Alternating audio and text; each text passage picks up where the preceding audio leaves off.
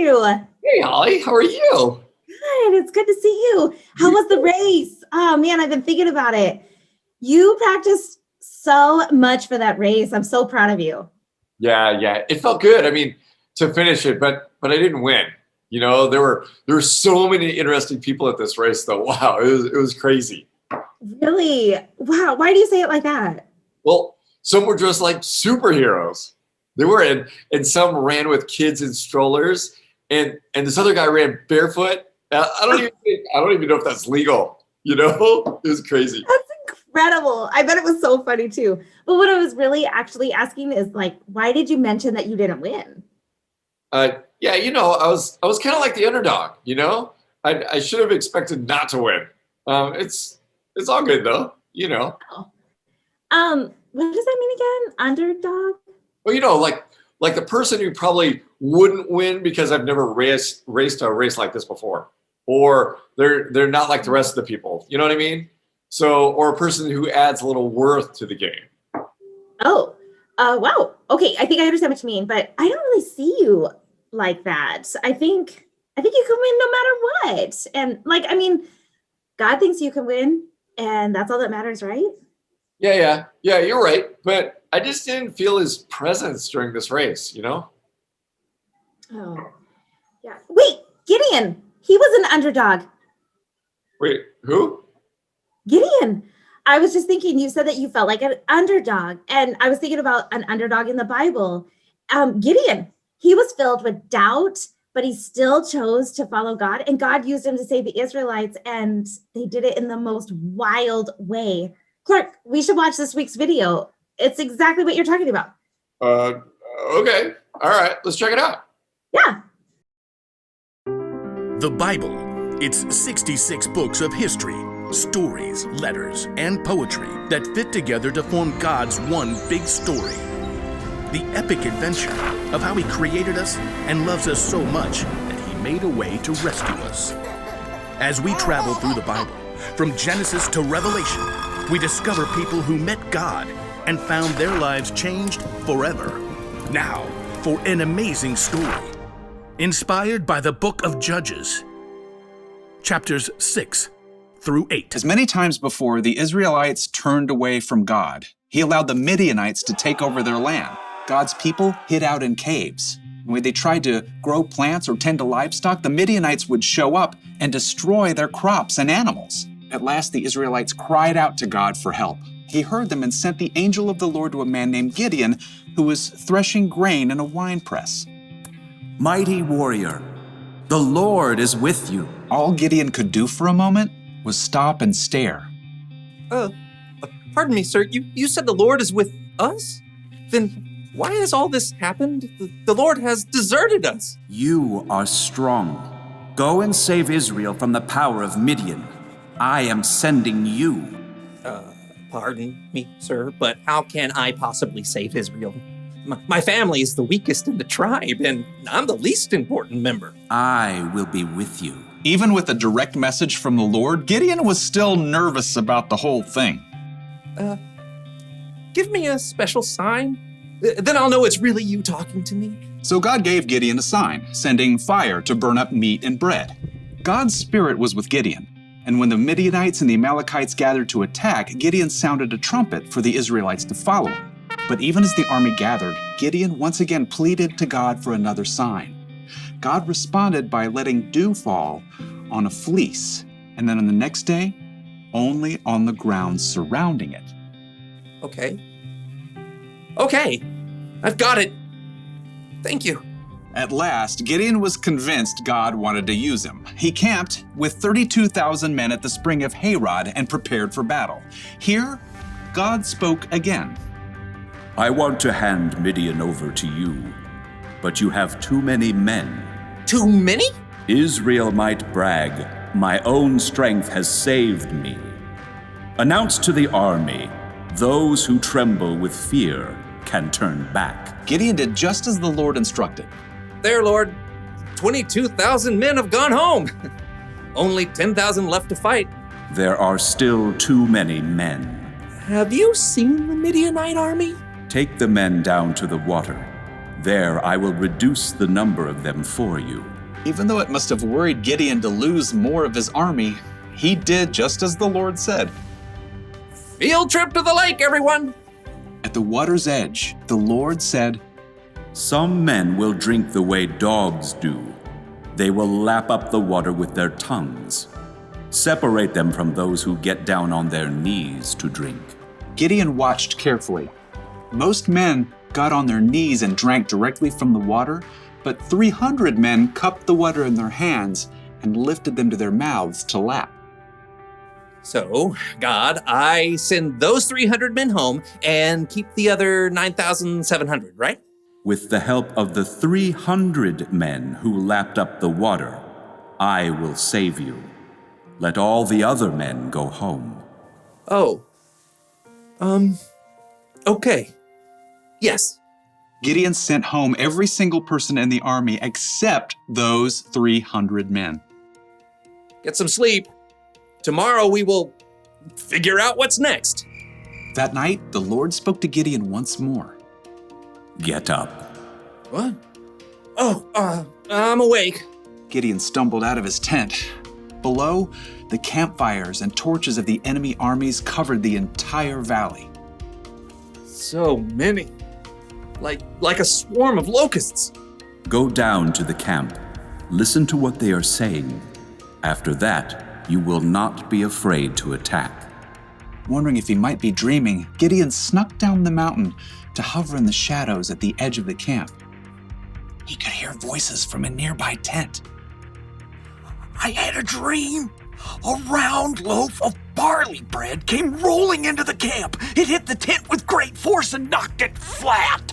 Wow, but that can only be the sword of Gideon from Israel. God has given him the whole camp. Gideon listened in shock. Wow, God. Thank you. At once, Gideon scrambled back up the hill to the Israelite camp. Get up! Get up! The Lord has handed the Midianites over to you. Quickly, Gideon separated the 300 men into 3 groups and handed each one a trumpet and a clay jar with a torch inside. Watch me. Do what I do. I'll go to the edge of the enemy camp. Then we'll blow our trumpets from all around the camp and shout, "For the Lord and for Gideon!" Gideon and his men headed quietly down the slope, fanning out in groups to surround the vast enemy camp. Okay, get ready. As soon as Gideon sounded his trumpet, he smashed his jar so the torch shone brightly. The other 300 men did the same. For the Lord! A sword for the Lord! Gideon! The Israelites held their ground, but their enemies panicked, confused by the trumpets and bright lights that pierced the dark night. They're coming from everywhere. The enemy armies were so confused, they began to fight each other, and then they fled in fear. After the men. Gideon and the Israelites chased their enemies all the way to the Jordan River and beyond until all the enemy armies were destroyed. The Israelites begged Gideon to rule over them. I will not rule over you. The Lord will rule over you. Yep, Gideon was an underdog, filled with doubt, but he still chose to follow God, and God used him to save the Israelites. Oh, wow. He was the underdog. And God kept asking to make the whole team smaller and smaller. It was crazy. Yeah, the whole team was the underdog. And yet they still won because, you know why? Because God was with them and they were obedient. Yeah, these stories are so cool to me. I love how God makes the other people see his wonders by the things that he does differently. And they're like totally different than people would normally expect that should happen. Totally. And there's so many stories like that. Oh man, you know, the next race I run, I'm totally thinking of those stories to keep me motivated. I still might not win, but at least I'll have fun and know that I'm trusting in God. I agree. I think now's a good time. Grove kids, can I say a prayer for everybody? Awesome. Prayer positions. God, we thank you so much for everything that you give to us. Thank you for these lessons that even the underdog can win. And thank you for the lessons of teaching us how to see ourselves the way you see us. And it's just mighty. The work that you do is mighty. I pray that each of the Grove kids sees themselves the way you see them, that they are incredible, that they are smart, that they are pretty, beautiful, strong, and so talented and kind. God, help us to be the difference in this world. We love you so much, Jesus. Amen. Amen. Nice job, Holly. All right. Thanks. Hey, Holly, why did you give me those weird things like a popsicle stick and a spoon? And what are those all about? Yep. Okay, Grove kids, now it's time to go get your devotional bag.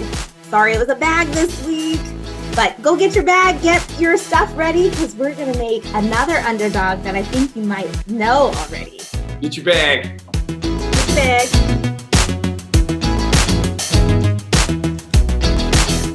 All right, Grove kids. So inside your bag, you have a pipe cleaner, a little styrofoam ball, 2 little eyes, a popsicle stick that you'll get help from your mom and dad and cut it in half, a spoon, and the only thing that you need to get is glue from home and a Sharpie or something. You can also use double-sided tape because that'll work just fine. So what you're gonna do is glue your eyeballs on. I'm actually just gonna show you the one that I already made because we're making our own version of Forky and this is Spoonie. I don't know. You're gonna glue the eyes on, draw his mouth and hair, little buttons, and that little ball, if you just stick the popsicle stick straight into the ball and the spoon, he stands up just fine. And then don't forget to twist his arms around his waist. And here's Spoonie. So he was the underdog. Do you remember Bonnie? Didn't have a friend. And so she went to school and she was super, super sad and feeling really, really lonely. Well, she went to the trash can and got some unlikely material, but put together a new best friend and something that was kind of like the underdog, but something that brought her joy and peace and comfort. So when you're feeling like you're not made the way other people are made, or you're not as fast or funny or pretty, just remember you can still have so much worth because God says that you have worth, and you can still be confident because you see yourself the way God sees you, just like Bonnie saw Forky. It was her best friend. So enjoy making your new little craft and have a little fun with it. Right? Have fun. That's awesome, Holly. Thank you for doing that. You bet. All right. I can't wait to get working on Spoonie. Let me know what you call your little Forky. Okay. Spoonie Forky. It's a Yes. All right, guys. Have a great week. We love you. All right. Enjoy the music. Bye. Mic check. 1, 2, 1, 2. Are y'all ready? Yeah. Are y'all ready? Yeah. Y'all ready? Yeah. Press play!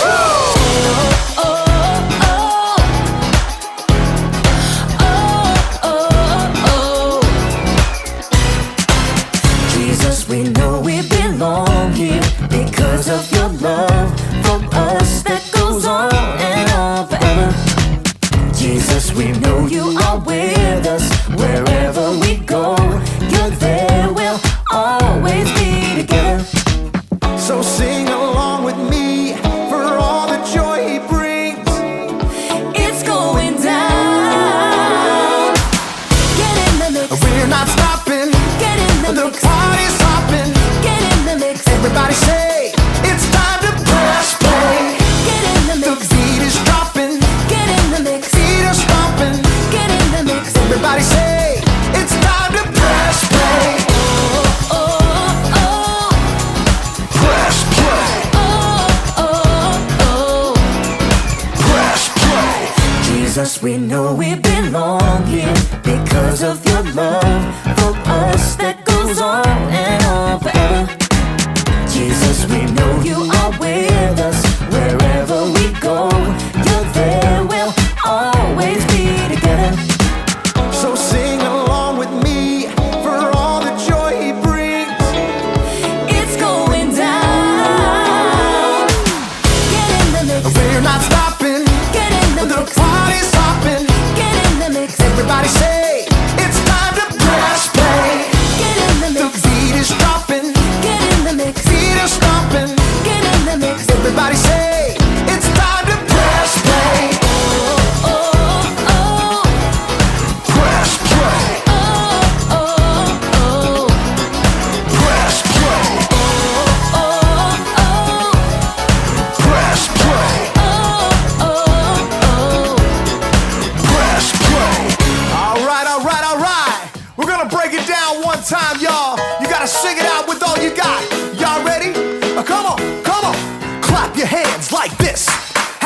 confidence to get in the mix. Clap your hands like this.